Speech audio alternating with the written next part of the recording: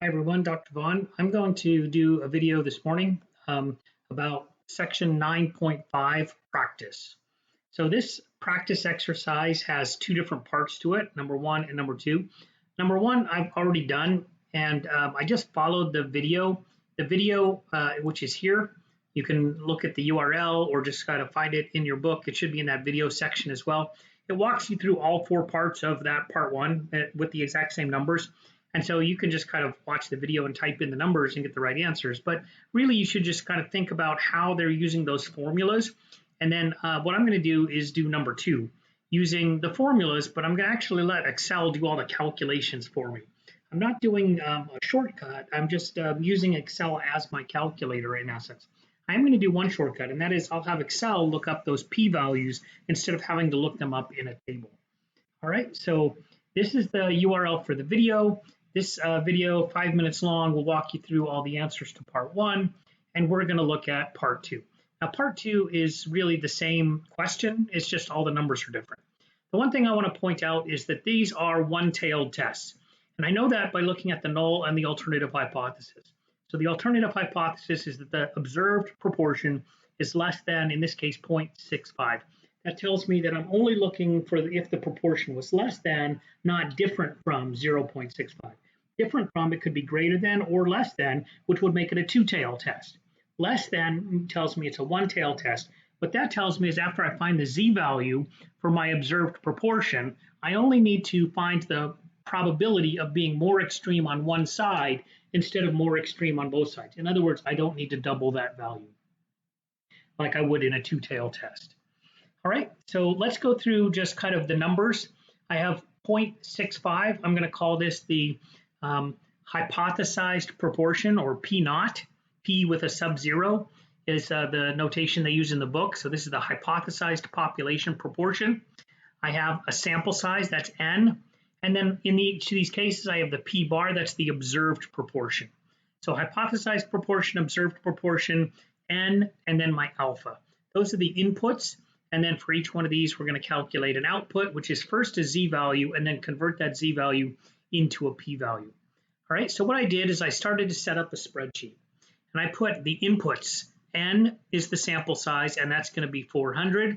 My alpha value, 0.05. It's not going to be too relevant for me. The hypothesized p-value, 0.65. Okay, I had to pause for just a second, but I'm back now. I just wanted to kind of pick up with, creating this spreadsheet that'll help you with assignment 9.5 practice. I'm looking at question number two. So I'm going to go back and fix this. I had 400 is my sample size. Alpha, you can put it in here. You don't really need it, to be honest with you, for this one. My hypothesized p-value in this case is 0.65. And then in question A, my p-bar is 0.60. All right, so these are the inputs. They're the only thing I'm going to change from part to part to part from here on out is the p-bar. And then I'm going to calculate the z-value. Now, the way I'm calculating the z-value is using the formula that was in the video that you can watch for part A or in the book. It's right back over here. And the z-value then is a minus 2.8. With the p-bar minus p naught, I put that in parentheses, divided by square root of p naught times 1 minus p naught divided by n. And you'll see that over here, b5 minus b3, p-bar minus p naught divided by square root, p naught times 1 minus p naught divided by n, square root the whole thing with the parentheses, and that gets us our z-value. So in the question I'm working on now here, that z-value turns out to be negative 2.0965, and you can change the number of decimals that's displayed here if you want. Now, the other thing that I'm going to do differently here today, instead of looking this up in a table, is I'm just going to use the norm.dist function that's built into Excel to calculate the area that's under the normal distribution to the left of this z-value. So this is the norm.dist. I'm not using the standard normal distribution function, but I am using the standard normal distribution because I put in a mean of 0 and a standard deviation of 1.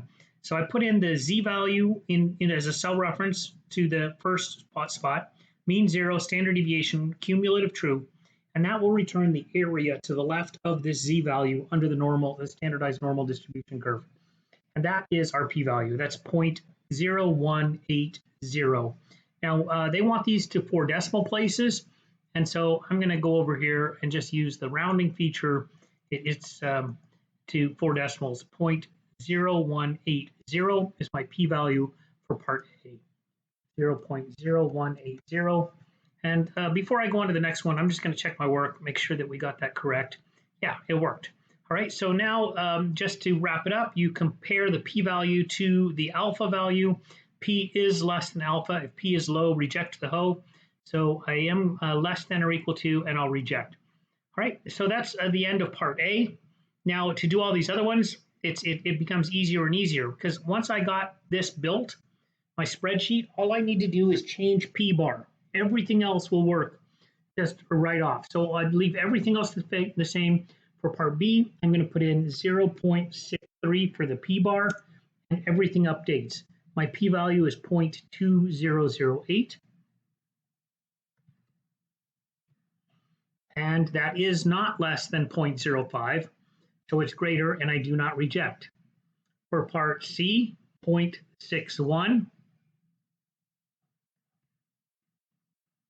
The p-value is 0.0467, which is slightly less than 0.05, so I'll reject. And 0.68 for part D, which gives me a p-value of 0.8958. And we do not reject because it's not less than alpha. All right, so after you get this little spreadsheet build, everything goes fairly quickly. Check the work.